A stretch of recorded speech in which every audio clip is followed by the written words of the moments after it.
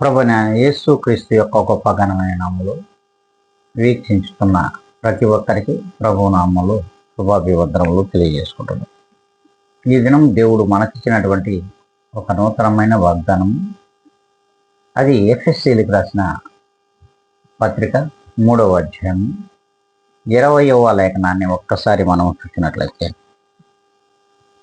అడుగు వాటన్నిటికంటేను అత్యధికముగా దయచేయగలిగిన వాడు దేవాతి దేవుడు ప్రభువైన యేసుక్రీస్తు.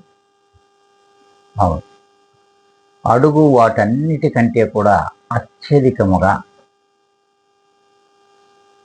దయచేయగలిగిన వాడు దేవుడై ఉన్నాడు. ఆయనే యేసుక్రీస్తు.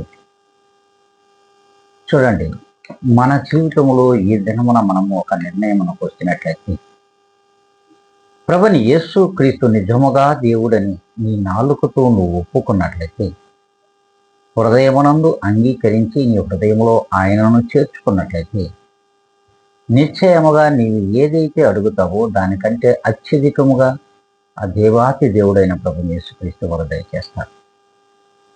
ఇప్పుడే ఈ క్షణం అందే మనమంతరము కూడా తలలో ఉంచుకొని అట్టి దేవుని యందు ప్రార్థనలో విధిద్దాం. మహాపరిశుద్ధుడ, ప్రేమ స్వరూపి, నీ ఘనమైన శ్రేష్టమైన నామమునకు కృతజ్ఞత స్తుతి స్తోత్రములు. నీవు ఇచ్చిన ఆయుష్ను బట్టి, ఆరోగ్యమును బట్టి, నీవిచ్చిన ఈవులను బట్టి చెల్లించుకుంటున్నాం.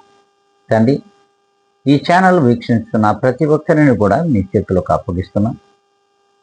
నాయన, మీ కృప కనికరములను నీ బిడ్డలందరికీ చూపమని, నాయన, నీ బిడ్డలు అడుగుచున్న వాటికంటే కూడా అత్యధికముగా దయచేయగలవాడు నీవేనని నమ్ముతూ, నీ ప్రియ బిడ్డలందరినీ కూడా మీ చేతులకు నేను అప్పగిస్తూ నేను అతి మిక్కిలిగా తగ్గించుకుని క్రీస్తు యేసు నామమున అడిగి వేడుకొని ప్రార్థిస్తున్నాను మా తండ్రి.